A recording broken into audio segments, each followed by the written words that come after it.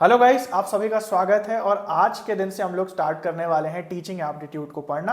और आप सबने भी अपने रिव्यूज दिए, पिछले वीडियोस के कमेंट्स में आप सबने बताया कि भाई टीचिंग एप्टीट्यूड या कम्युनिकेशन को ही हमें स्टार्ट करना चाहिए, क्योंकि जाहिर सी बात है कि पेपर स्टार्ट होने वाले हैं और अगर ऐसे में हम लोग मैथ्स की तैयारी करेंगे तो तैयारी होने के बजाय उल्टा हम कंफ्यूज हो जाएंगे अगर मैथ्स खराब है तो।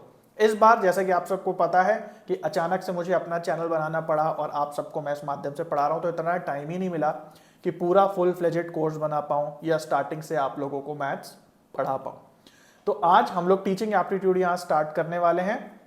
और ये जो टीचिंग एप्टीट्यूड का कोर्स है, अगर आपको एक फुल फ्लेजेड पूरा कोर्स चाहिए तो आप हमारी ऐप जो कि कुमार एजुकेशन ऐप है उस पर भी चेकआउट कर सकते हैं और टीचिंग एप्टीट्यूड की डेली एक वीडियो आपको ऐप पे भी मिलेगी। तो यहाँ कुछ बच्चे कंफ्यूज होते हैं कि भाई फिर यूट्यूब पे क्या पूरा कोर्स नहीं होगा और ऐप पे क्या अलग है। तो भाई सिंपल सी ये बात है कि ऐप पे आपको ईजियर इंटरफेस मिलता है, वहाँ पे एक साथ आपको सारे वीडियोस मिल जाते हैं, ढूंढने नहीं पड़ते। और जो section wise previous year questions हैं वो भी आपको कोर्स के अंदर इंक्लूडेड मिलते हैं, क्योंकि वहाँ पे मॉक टेस्ट लगाने का प्लेटफॉर्म प्रॉपर बना हुआ है। यूट्यूब पे केवल वीडियो प्लेटफॉर्म है, तो यहाँ पे आपको वीडियोज मिलते हैं। बस इतना ही अंतर है, लेक्चर आपको वही मिलता है जो आपको ऐप पे मिलता है। ठीक है जी। और यहाँ पे जो बच्चे YouTube पे फ्री पढ़ते हैं उनके लिए एक और गुड न्यूज़ है कि अब आपको लेक्चर के पीडीएफ्स भी मिलेंगे टेलीग्राम चैनल पे। अगर नहीं ज्वाइन करा है तो डिस्क्रिप्शन में लिंक दिया है, उसको जरूर से ज्वाइन कर लो। तो अब आपको वीडियो भी मिलेगी और इसके साथ ही साथ कुछ घंटों बाद जो है लेक्चर भी अपलोड हो जाएगा टेलीग्राम चैनल पे। तो ये ज़्यादा अच्छी गुड न्यूज़ है आप सबके लिए। ओके, तो आगे बढ़ते हैं और बात कर लेते हैं प्रीवियस ईयर क्वेश्चन के सेक्शन वाइज अलग अलग प्रीवियस ईयर क्वेश्चंस की, है ना, जो कि टेस्ट सीरीज एक तरीके से अवेलेबल है यहाँ पे। और आप देख सकते हो हिंदी इंग्लिश दोनों में है और 5000 से ज़्यादा क्वेश्चंस हैं इसके अंदर। हर शिफ्ट के हर पेपर 2 में जो पेपर बनाया उसके आप ईयर वाइज लगाना चाहें, सेक्शन वाइज लगाना चाहें, और इसके लिए आप इस व्हाट्सएप नंबर पे ज़रूर से कॉन्टैक्ट करें अधिक जानकारी के लिए। और फ्री डेमो का भी जो लिंक है वो भी डिस्क्रिप्शन में दिया हुआ है। तो आज हम लोग का पहला लेक्चर है टीचिंग एप्टीट्यूड का। आज बहुत छोटा सा लेक्चर रखते हैं, थोड़े बहुत बेसिक्स की हम लोग बात करेंगे कि टीचिंग एप्टीट्यूड क्या है, टीएल मॉडल क्या है और किस प्रकार के क्वेश्चंस आते हैं, थोड़ा ये देख लेंगे। क्वेश्चंस बहुत ज़्यादा नहीं आते बेसिक से, आप सबको भी पता है कि बेसिक्स एक बस इंट्रोडक्शन करने के लिए होता है, लेकिन फिर भी जो एक आध क्वेश्चंस आए हैं उनको हम साथ में देखेंगे। ओके, तो सबसे पहले बात करते हैं कि टीचिंग का क्या मतलब होता है। तो टीचिंग का मतलब है एक तरीके से ट्रांसमिट करना, टीचर से लर्नर के द्वारा एक तरीके से ट्रांसफर करना, क्या, स्किल्स, नॉलेज, वैल्यूज और दूसरी चीजें जैसे एक्सपीरियंस वगैरह, है ना। तो जब एक टीचर अपने से स्टूडेंट्स को या अपने लर्नर्स को अपनी स्किल्स ट्रांसफर करता है, अपनी नॉलेज ट्रांसफर करता है, अपना अनुभव या जो भी सीखा है उसने वो ट्रांसफर करता है, तो इस प्रक्रिया को हम टीचिंग बोलते हैं। और एक अच्छी टीचिंग के लिए अच्छी टीचिंग कराने की कुशलता होनी चाहिए, जिसको हम बोलते हैं टीचिंग एप्टीट्यूड। टीचिंग का मतलब ट्रांसमिट करना अपने वैल्यूज को और अपने नॉलेज को, और एप्टीट्यूड का मतलब है कि एक स्किल भी होना कि किस तरीके से आप अपने जो टीचिंग है उसको करा पा रहे हो, है ना, किस तरीके से लर्निंग को इफेक्टिवली कंडक्ट करा पा रहे हो। ओके, तो उसके बाद हम लोग बात करते हैं, अगला टॉपिक है टीएल मॉडल। टीएल मॉडल का मतलब है टीचिंग एंड लर्निंग मॉडल। तो टीएल मॉडल का मतलब होता है कि जो टीचिंग और लर्निंग है आखिर वो उनके बीच में क्या संबंध है, कैसे वो एक दूसरे से जुड़ी हुई है। तो यहां पे बात करें तो जो टीएल मॉडल है वो एक तरीके से एक डिपिक्शन है of the teaching and learning environment. Teacher और लर्नर जिस एनवायरनमेंट में रह के आपस में पढ़ाई वगैरह कर रहे हैं या करा रहे हैं, उसी को हम टीचिंग और लर्निंग का मॉडल कह सकते हैं। इसमें टीचर और लर्नर के बिहेवियर्स भी एडेड होते हैं। तो बेसिकली टीएल मॉडल को हम ट्रायडिक या त्रिगुणात्मक कहते हैं। इसका मतलब है कि 3 चीजें होती हैं इस टीचिंग लर्निंग मॉडल में या इस ओवरऑल टीचर और लर्नर के एनवायरनमेंट में, और वो 3 चीजें हैं। सबसे पहला टीचर खुद, उसके बाद स्टूडेंट, और तीसरा सब्जेक्ट मैटर यानी कि वो कंटेंट जो टीचर को पढ़ाना है।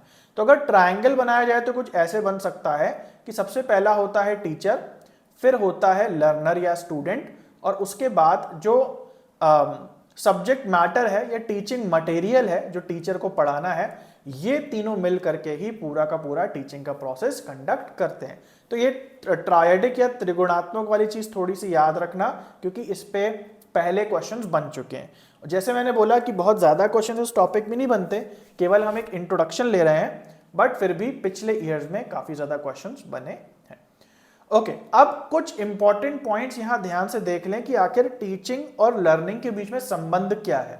तो इस पे काफी ज्यादा क्वेश्चंस बने हैं, ये जो पॉइंट्स यहाँ पे लिखे हुए हैं। सबसे पहले हम देखते हैं, लिखा है कि teaching and learning are integrally related acts, यानी कि जो टीचिंग है और वो लर्निंग है वो आपस में काफी ज्यादा संबंधित है, इंटीग्रल है एक तरीके से।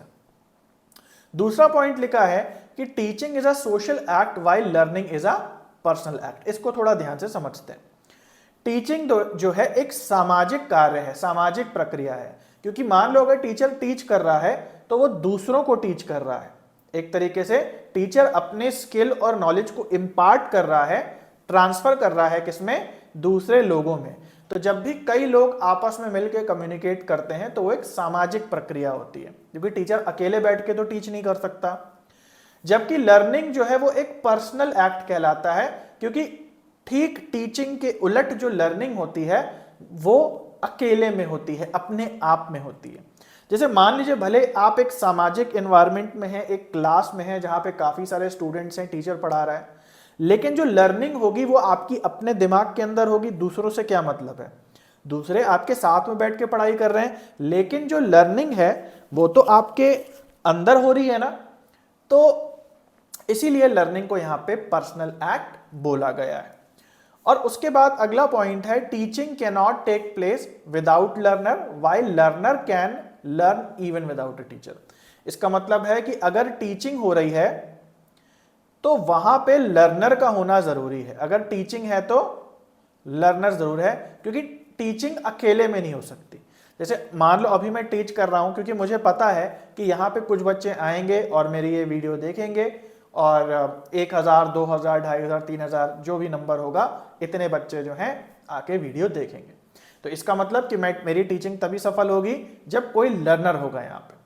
अगर मान लो मैं ये वीडियो बनाऊं और इसको पब्लिक ना करके प्राइवेट पे रख दूं, तो क्या ये टीचिंग कहलाएगी? क्योंकि प्राइवेट पे रखने पे और कोई दूसरा देख ही नहीं पाएगा इस वीडियो को, तो फिर ये टीचिंग नहीं होगी। इसका मतलब कि मैं बस बोलता गया और उस वीडियो को मैंने रिकॉर्ड करके हाइड करके रख दिया, है ना। तो टीचिंग के लिए बहुत जरूरी है कि वहां लर्नर्स जरूर हों, इसलिए लिखा है कि teaching can not take place without learners. तो टीचिंग जो है वो बिना लर्नर्स के नहीं हो सकती।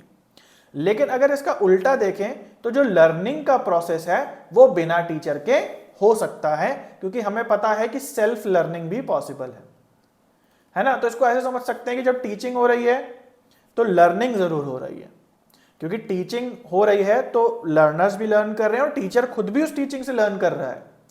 टीचर खुद भी बेहतर होता है जब वो टीच करता है दूसरों को। और जब लर्निंग होती है तो लर्निंग बिना टीचर के भी हो सकती है, या लर्निंग बिना टीचिंग के भी हो सकती है। आप समझ पा रहे हो? तो अगर लर्निंग होगी, है ना, तो बिल्कुल भी जरूरी नहीं है कि वहां टीचर भी हो या वहां टीचिंग भी हो रही हो। सेल्फ लर्निंग भी पॉसिबल है।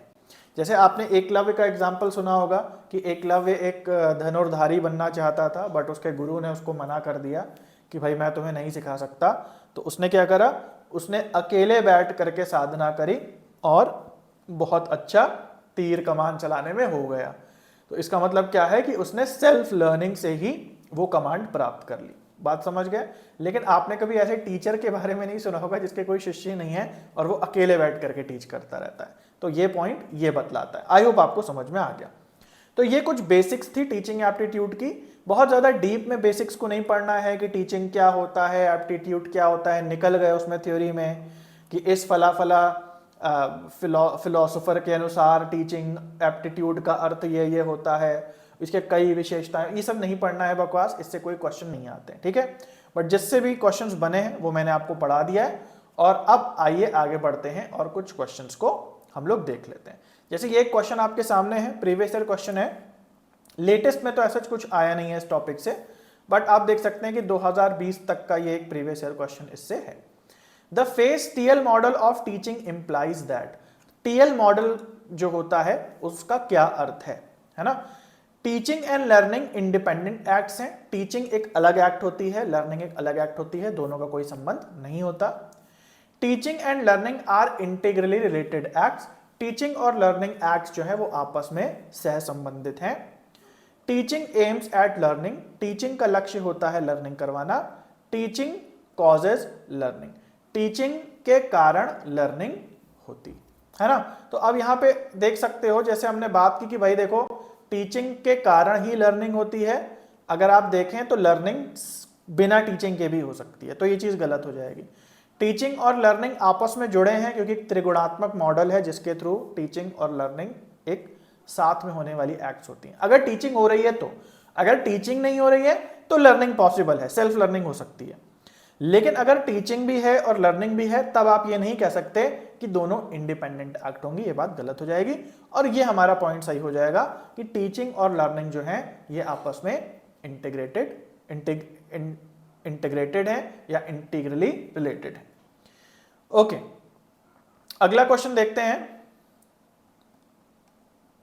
ओके, तो इस क्वेश्चन को देखते हैं। यहां पे कह रहा है which of the following statements differentiate teaching from learning.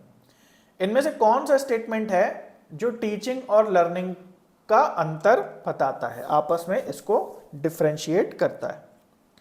पहला पॉइंट कह रहा है टीचिंग एक सोशल एक्ट है जबकि लर्निंग एक पर्सनल एक्ट है, जो कि बिल्कुल सही है, हमने देखा। तो टीचिंग एक सोशल एक्ट है जबकि लर्निंग एक पर्सनल एक्ट है।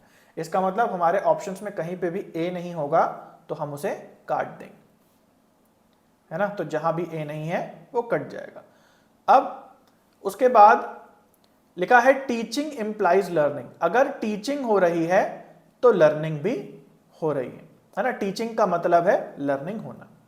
तीसरा कह रहा है teaching is like selling while learning is like buying. Teaching का मतलब है कुछ खरीदना जबकि लर्निंग का मतलब है कुछ बेचना। Teaching can occur without learning taking place. और टीचिंग हो सकती है अगर लर्निंग नहीं हो फिर भी। और फाइनली है कि टीचिंग जो है वो is directed towards learning and learner. Teaching का जो डायरेक्शन है वो लर्नर की ओर होता है, जबकि जो लर्निंग का डायरेक्शन है वो लर्नर का खुद की ओर ही होता है। तो ये भी बात सही लग रही है ना, क्योंकि जैसे हमने देखा बस वही बात है कि teaching is a social act यानी दूसरों के लिए किया जाता है, जबकि learning is a personal act वो खुद के लिए किया जाता है। तो ई में भी वही बात लिखी है ना। टीचिंग हो सकती है बिना लर्निंग के, जैसे हमने देखा कि भाई बिना लर्निंग के टीचिंग का कोई एग्जिस्टेंस नहीं है, तो यहां डी ऑप्शन गलत हो जाएगा, यानी ए और ई सही होना चाहिए। तो हमारा यहां पहला ऑप्शन आई थिंक सही हो रहा है ना। पहला ऑप्शन सही हो रहा है कि ए और ई सही है। अब यहां पे हम देखते हैं C option, teaching is like selling while learning is like buying. Teaching का मतलब, टीचिंग एक बेचने की तरीके से है जबकि लर्निंग कुछ खरीदने जैसी है ना। अब देखो ये थोड़ा सा स्केप्टिकल है, मतलब इसको आप पढ़ते ही नहीं समझ जाओगे सही है गलत है। आपको जो चीजें समझ में आएंगी उससे आप आंसर मेक आउट करते हो, मल्टीपल चॉइस क्वेश्चंस में ये होता है। और फिर जो बची हुई चीजें होती हैं उसको आप फिर जज करते हो कि ये किस रेफरेंस में कहा गया है। इसका रेफरेंस समझने की कोशिश करो तो ये वही बात लिखी हुई है सेम टू सेम कि teaching is a social act while learning is a personal act. Teaching का मतलब है कुछ दूसरे को देना। तो जब हम कुछ चीज सेल करते हैं, चीज बेचते हैं, तो हम क्या करते हैं, वो दूसरे को पकड़ाते हैं कि भाई ये देखो ये बड़ी कीमती चीज है जो मैं तुम्हें दे रहा हूं, है ना। तो टीचिंग का भी मतलब कुछ ऐसे है कि हम किसी को कोई चीज दे रहे हैं। और लर्निंग का क्या मतलब है कि हम कुछ ले रहे हैं। तो बाइंग जब हम करते हैं तो क्या करते हैं, कोई सामान लेते हैं किसी से, है ना। आप किसी की बात कब सुनते हो, जब आपको लगता है कि उसकी बात लेने योग्य। आप ये वीडियो क्यों देख रहे हो, क्योंकि आपको लगता है आप मुझे मानते हो और आपको लगता है कि मैं जो बताऊंगा वो बात सुनने, समझने और याद करने योग्य है ना।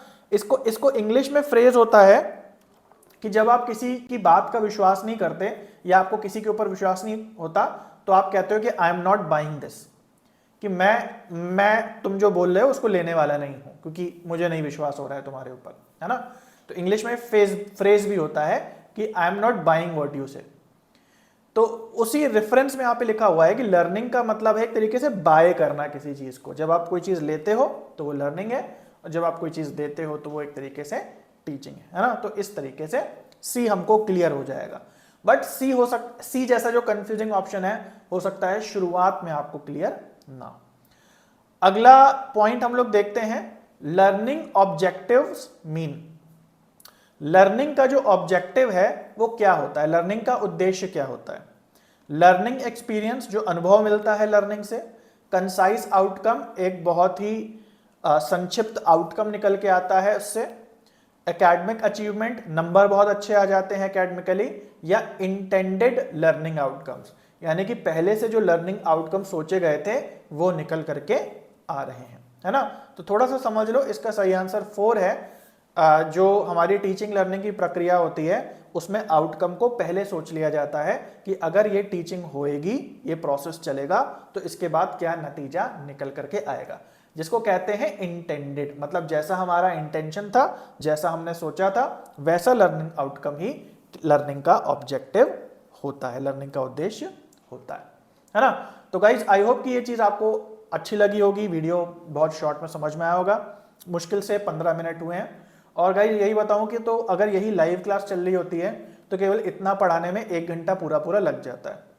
देखो 1 घंटा पढ़ाने में मेरा ही फायदा है, मेरे व्यूज ज्यादा आते हैं, क्योंकि जितना लंबा वीडियो होता है व्यूज उतने ज्यादा आते हैं। बट फिर भी ये मेरे ईमान को या जो मेरा स्टाइल है उसको बिल्कुल अग्री नहीं होता है। तो मैं कोशिश करता हूँ कम से कम समय में आपको ज़्यादा से ज़्यादा जानकारी दूँ।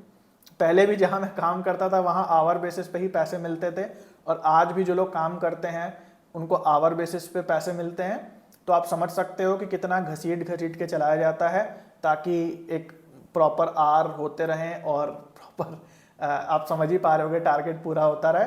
बट मेरे को नहीं होता है, और जब मैं पहले भी लंबी लंबी क्लासेस लेता था तो मुझे वो प्रोसेस बहुत बोरिंग लगता है। और मेरे जो इंटेंशंस हैं या जो मेरा जो एक ओवरऑल पर्सनालिटी है उसके बहुत अगेंस्ट है। वो बहुत ज़्यादा बातें करने और ब्ला ब्ला ब्ला ब्ला करने पे मैं बिल्कुल विश्वास नहीं करता हूँ। इसीलिए अब जो वीडियोस आते हैं छोटे आते हैं, लेकिन छोटे का मतलब ये मत समझना कि उसमें क्वालिटी नहीं होती है ना। वो उतनी ही बात जो 1 घंटे की है मैं कोशिश करता हूँ 15 मिनट 20 मिनट।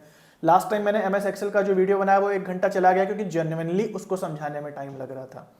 तो बस ऐसे ही आपको टू द पॉइंट जो है लेक्चर्स यहाँ पे मिलते रहेंगे, और डेली दिन में जो भी हमारा जैसे करंटली 12 बजे टाइम चल रहा है तो उस हिसाब से, ठीक है। इसके अलावा अगर section wise previous year questions अगर आपने अभी तक नहीं लगाए हैं तो फ्री डेमो एटलीस्ट देख लो भाई, क्योंकि ये बहुत कीमती चीज़ है जो शायद आप छोड़ सकते हो, है ना। तो एक बार आप खुद से फ्री डेमो देखो, कैसे मिलता है, क्या क्या होता है, सेक्शन वाइज कैसे क्वेश्चंस अपीयर होते हैं आपके सामने, ईयर वाइज कैसे होते हैं, और उसके बाद आप खुद से डिसाइड करो। ये नंबर दिया हुआ है और लिंक डिस्क्रिप्शन में भी है, उसको भी ज़रूर से चेक कर लेना।